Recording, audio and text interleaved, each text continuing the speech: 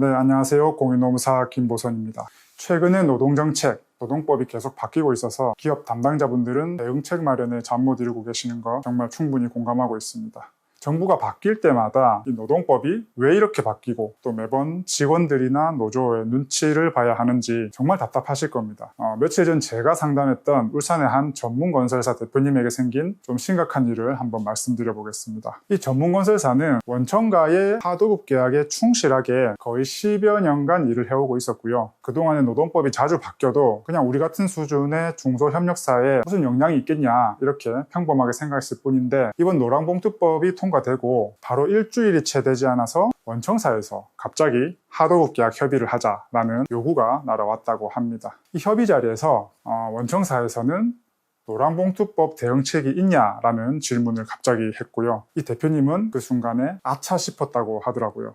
10년간 성실하게 하도급 계약을 잘 지켜서 일을 했을 뿐인데 갑자기 이 노란봉투법 때문에 하도급 계약이 해지가 될 수도 있는 상황이라고 하면서 굉장히 당황하신 상태였습니다. 이 중소협력사들 입장에서 이 하도급 계약 문제는 사실 기업의 생존 문제거든요. 왜 이런 아찔한 상황이 중소협력사에게 일어나겠습니까? 원청사는 노란봉투법을 대비하려면 이 하도급 업체들을 정비할 수밖에 없는 상황이기 때문입니다. 그 중에서도 당연히 노무관리 역량이 부족한 업체가 첫 번째 타겟이 될 가능성이 크겠죠. 네, 우리나라 노사관계를 가장 극적으로 변화시킬 법으로 평가받는 노란봉투법, 정식 명칭은 노동조합 및 노동관계 조정법 개정안이 통과됐습니다. 이 법의 핵심은 세 가지입니다.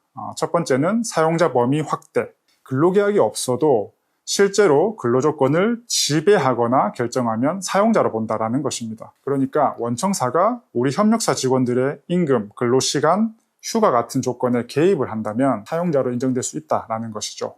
두 번째는 노동쟁의의 대상을 근로조건 결정뿐만 아니라 사업 경영상 결정, 그리고 단체 협약 위반까지도 확대한다는 이것은 결국 파업의 대상을 확대하게 된다는 것입니다. 세 번째는 손해배상의 제한인데요. 파업과 같은 노조 활동 때문에 기업이 입은 손해, 그것을 노동조합에 청구하는 것을 일부 제한하겠다는 겁니다. 그런데 오늘 말씀드린 내용은 이 노란봉투법 내용 중에서도 가장 논란이 큰 부분, 바로 사용자 범위 확대의 기준이 되는 실질적 지배력에 대한 내용입니다. 그 기준을 알 수 없다는 건데요. 그런데 사실 이 실질적 지배력이라는 개념은 법원에서 이미 오래전부터 계속해서 적용해온 개념이거든요. 그래서 지금까지 누적된 판단 기준을 통해서 충분히 한번 예상해 볼 수 있을 것 같습니다. 법원이 실질적 지배력을 판단한 그 기준을 정리하면 대략 세 가지 기준으로 볼 수 있습니다. 첫 번째는 원청이 하청 직원들의 노동 조건을 직접 결정했는지, 두 번째는 하청 직원들의 노무가 원청 사업에 아예 필수적으로 편입되어 있는지, 세 번째는 특정 의제가 반드시 원청하고 교섭해야만 해결되는 그런 사안인지 이것을 본다는 것입니다. 방금 말씀드린 이 세 가지만 기억하시면 충분할 것으로 보이고요. 특히 협력사 입장에서는 우리가 직접 결정할 수 있는 문제냐 아니냐 이것을 나눠보는 것이 핵심 포인트가 될 것으로 보입니다. 네, 그럼 협력사가 당장 점검해야 될 것은 뭐냐? 이것도 세 가지로 정리해 볼 수 있는데요. 첫 번째는 불법 파견 요소가 있다면 이것을 점검해 보아야 된다라는 것입니다. 만약 과거에 불법 파견 문제로 지적받은 적이 있거나 실제로 분쟁이 있었다면 반드시 다시 한번 점검해 보셔야 됩니다. 제가 갑자기 웬 불법 파견 요소를 말씀드리냐 하면 눈치채신 분들도 있겠지만 법원이 실질적 지배력을 판단하는 그 기준이 대부분 불법 파견 판단 기준과 상당히 겹치기 때문입니다. 여기서 허점이 발견되면 원청까지 같이 불똥이 튀게 되고요. 협력사 입장에서도 당연히 하도급 계약 리스크로 될 수 있다는 겁니다. 두 번째는 단체 교섭 의제를 정리해 볼 필요가 있다는 것입니다.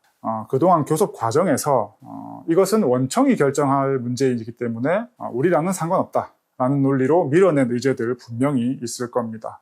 그게 노란봉투법을 타고 다시 돌아올 수 있는 것인데요. 특히 복수 노조가 있는 회사라면 소수 노조가 원청 관련 요구를 계속해서 제기해왔을 가능성이 높습니다. 이런 부분은 미리 정리하고 우리 협력사가 책임질 수 있는 범위를 선명하게 한 다음에 논란이 될 수 있는 의제를 범위를 점점 좁혀두는 게 필요해 보입니다. 그리고 세 번째는 노동조합이 없더라도 반드시 대비 상황을 갖춰야 된다는 것입니다. 우리 회사에는 노조가 없으니까 걱정 없다 이렇게 생각하는 순간이 가장 위험할 것입니다. 노란봉투법을 가장 반기는 산업별 노조, 지역별 노조와 같은 초기업 노조는 우리 직원들이 몇 명만 가입해도 이 노조 설립 과정 없이 바로 교섭이 가능해지기 때문인데요. 그래서 노조가 없어도 노사협의회 같은 근로자와의 소통 채널을 정비해 두시고요. 기초적인 노무관리 시스템은 반드시 한번 점검해 두시고요. 나중에 갑작스러운 집단적인 요구 또는 교섭 상황에서도 흔들리지 않도록 준비하셔야 됩니다. 오늘 내용 한번 정리해보면요. 노란봉투법이 통과된 지금 중소협력사들 입장에서는 당장 해야 될 것은 3가지 정도로 볼 수 있습니다. 첫 번째는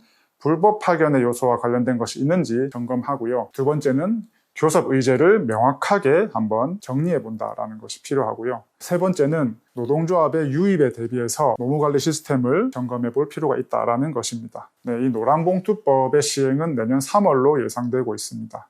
그런데 고용노동부의 가이드라인이 나올 때까지 마냥 기다리지 마시고 하루라도 빨리 준비하시는 것이 리스크를 줄일 수 있는 방법이다라고 말씀드리고 싶습니다. 오늘 영상 도움이 되셨다면 구독과 좋아요 눌러주시고요. 노란봉투법에 대해서 고민이 있으시다면 고정 댓글 참고해 주시기 바랍니다. 감사합니다.